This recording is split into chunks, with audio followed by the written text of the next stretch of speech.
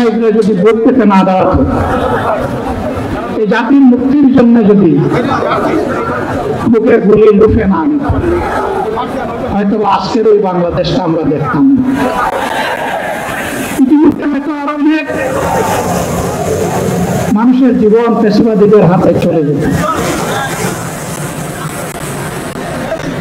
24 জীবন হাতে যদি না হতো, তাহলে আজকে যারা বিভিন্ন ধরনের কথা এবং দাবি দাওয়া পেশ করছেন, তারা কোথায় থাকছেন? অতএব আসুন, জাতির ত্যাগের বিনিময়ে আল্লাহ তাআলার এই নিয়ামত পাওয়া তাদেরকে যেন অবজ্ঞা এবং অবহেলা না হয়।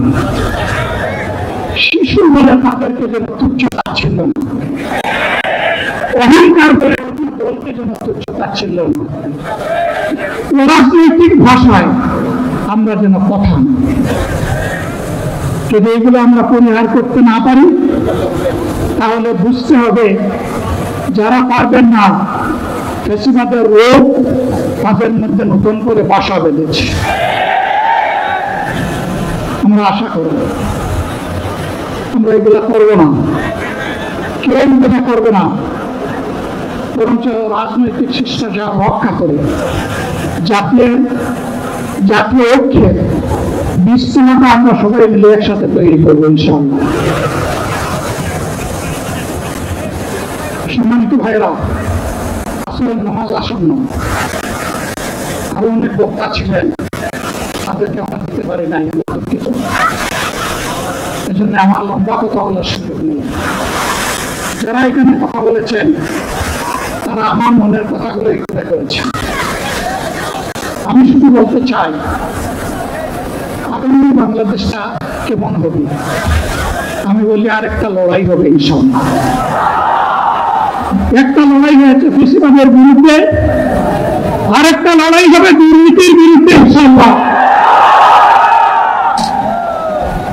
এই দুর্নীতির মূলোৎপাটন করার জন্য যা দরকার, আমরা যৌবনের শক্তিকে একত্রিত করে সেই লড়াইয়ে ইনশাআল্লাহ বিজয় লাভ করবে। ভাইরা, জামাত ইসলামীকে দুর্নীতিমুক্ত সমাজ গড়বে, তার প্রমাণ কি? তার প্রথম প্রমাণ হচ্ছে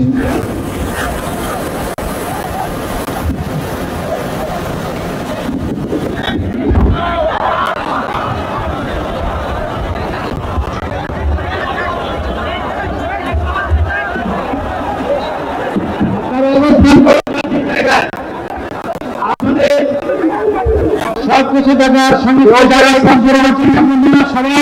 থাকেন, সবাই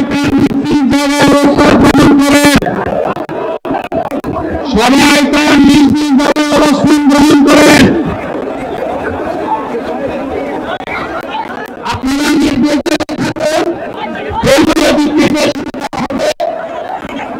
আপনাদের স্থিতিকে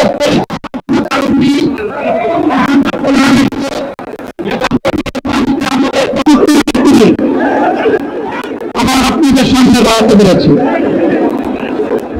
আমি বলেছিলাম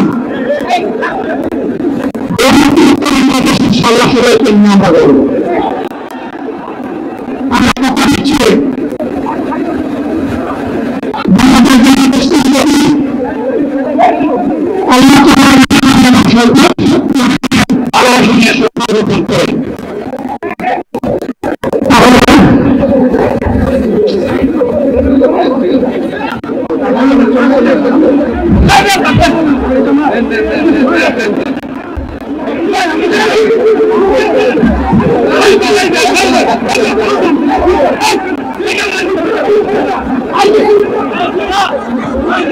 আপনারা নির্বিঘ্নে অবস্থান করুন।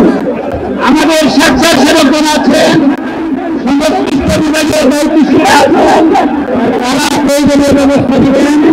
কারো মাইক্রোফোন